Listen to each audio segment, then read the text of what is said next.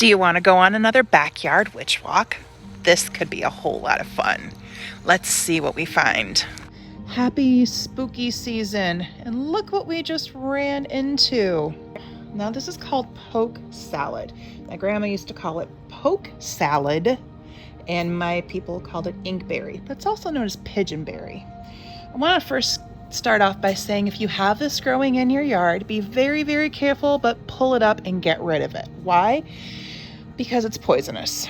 I mean, down to even how you would harvest the leaves is kind of dangerous. Ooh. But it does have a lot of medicinal properties. Now, our neighbor next door had an emotional support goat, and the goat liked to climb on the shed. The shed had these berries hanging down, and the poor goat died. It was really, really sad. So now we know that this is highly poisonous to animals that like to chew on things like goats and dogs.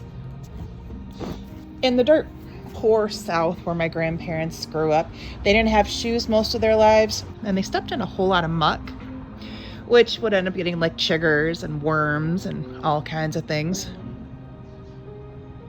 And poke salad is actually really good at getting rid of the worms.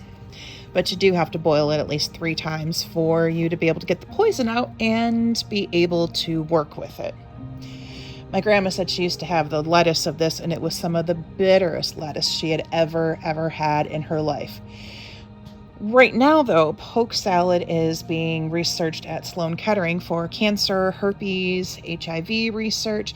It's an antiviral and has a lot of antiviral properties, so it's helping with leukemia and other diseases of the blood. But like I said, you've got to be really careful messing with this stuff, because just messing with pulling it up and it can make you pretty sick. It is, though, a really potent source of vitamin C and iron and calcium, and it does inhibit the growth of herpes. The juice can be used to help arthritis, pain, and if you remove the seeds from these little berries here and then cook them really well like you would a jelly, you can probably make them fairly safe to ingest and mess with, but I'm still hesitant to want to mess with it. People used to use the berries to dye horses and clothes and hair, and it also makes a beautiful magical ink. Pokeweed can be used in exorcisms, and it's aligned with the energy of Uranus, so basically anything goes. You never quite know what kind of an outcome you're going to have. Pokeweed is also good for breaking hexes and protects the area where it grows from negative forces. So it's one of those things that you kind of want to get rid of, but you kind of want to keep it at the exact same time. I'm really struggling with this one here. Gorgeous, gorgeous little evil thing. Poke salad.